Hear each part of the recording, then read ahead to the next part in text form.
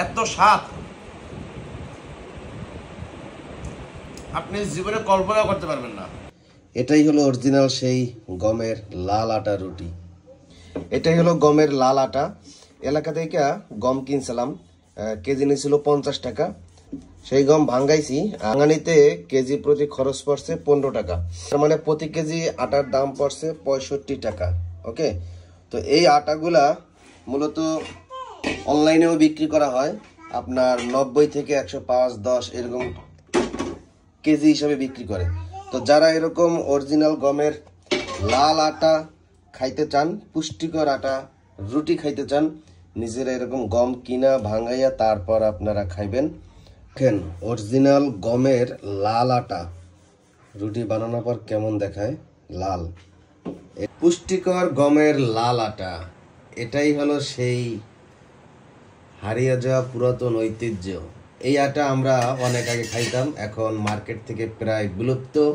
এখন মার্কেটে যে আটা পাওয়া যায় সব মেডিসিন ভেজালে ভরপুর।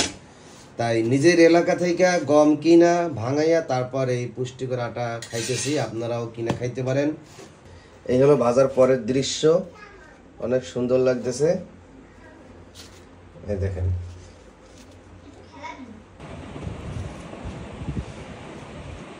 এখন আমি সেই পুষ্টিকর গমের লাল আটা দিয়ে রুটি দিয়ে ভাজি দিয়ে খাবো। বিসমিল্লাহ।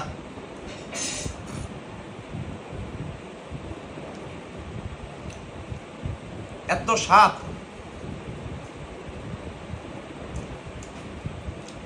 আপনি জীবনে কল্পনা করতে পারবেন না। অথচ আমরা কিন্তু এই ধরনের গমের লাল আটার রুটি ছোটবেলায় খাইছি। সেনাবাহিনীদেরকে রেশন দিত গমের লাল আটা, কিন্তু এখন সব জায়গায় সাদা আটা ভেজালে ভরপুর। কারণ এই গমের লাল আটা দাম বেশি, এই কারণে এইটা এখন আর দেয় না।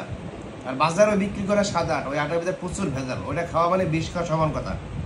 যারা পুষ্টিকর আটা রুটি খাইতে চান, এরকম নিজে গম কিনা ভাঙাইয়া তারপর খাবেন।